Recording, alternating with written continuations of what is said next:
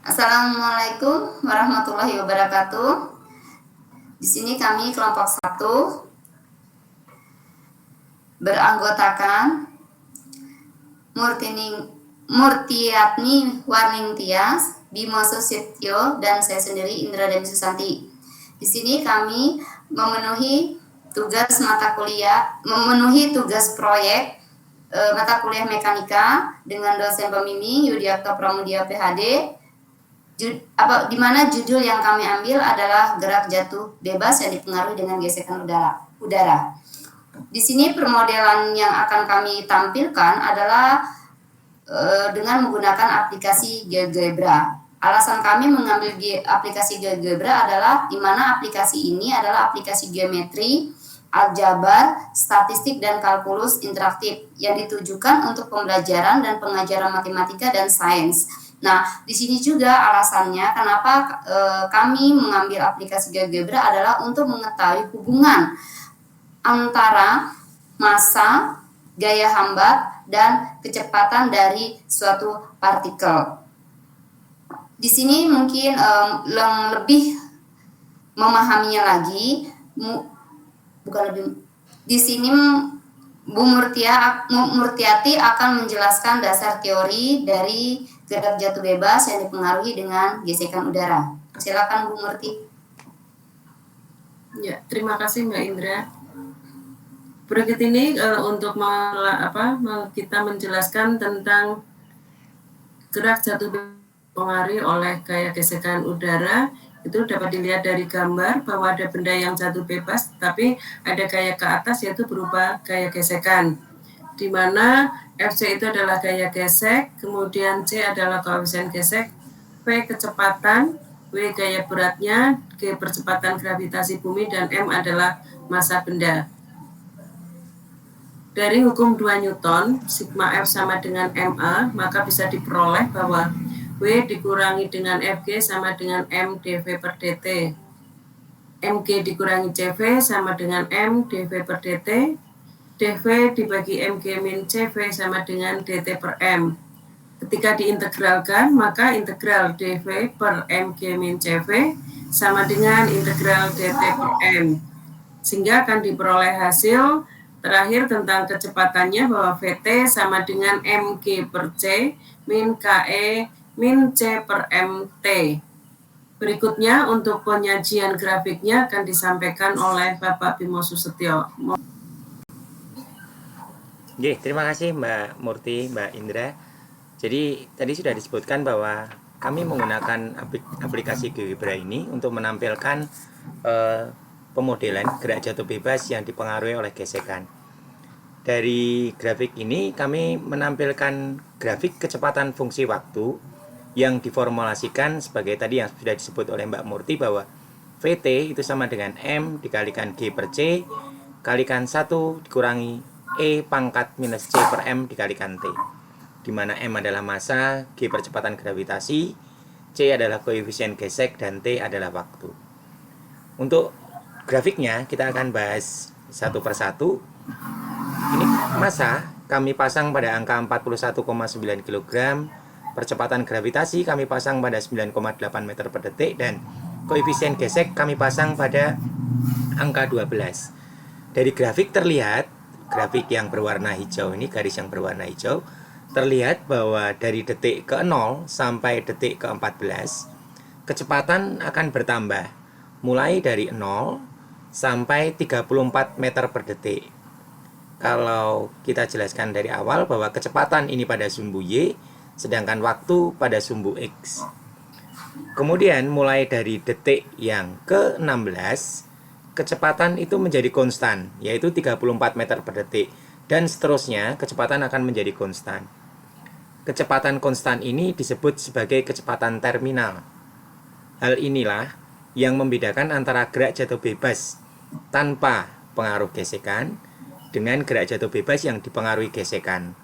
Jika gerak jatuh bebas tanpa pengaruh gesekan, maka kecepatan akan bertambah terus. Artinya grafik ini akan linear naik ke atas.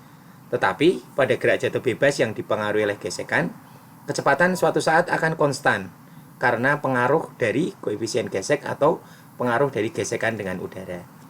Kemudian untuk perubahan parameter massa dan koefisien gesek akan dijelaskan oleh Mbak Murti dan Mbak Indra. Monggo silakan Mbak. Terima kasih Pak Bimo.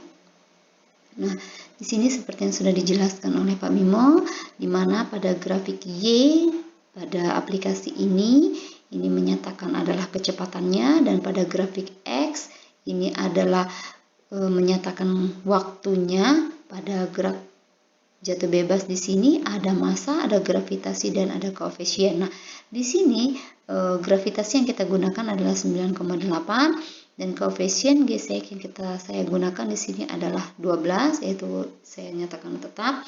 Nah, pada saat massa saya naikkan atau saya perbesar, maka kecepatan terminalnya bisa kita lihat akan cenderung terus ke atas.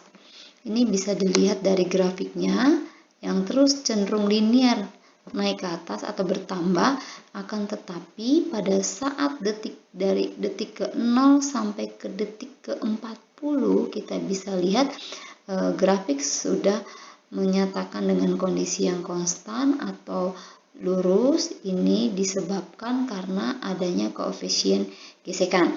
Akan tetapi jika massa kita turunkan atau kita perkecil, maka kecepatan terminalnya pun akan turun, akan mengikuti pada saat massa saya perkecil.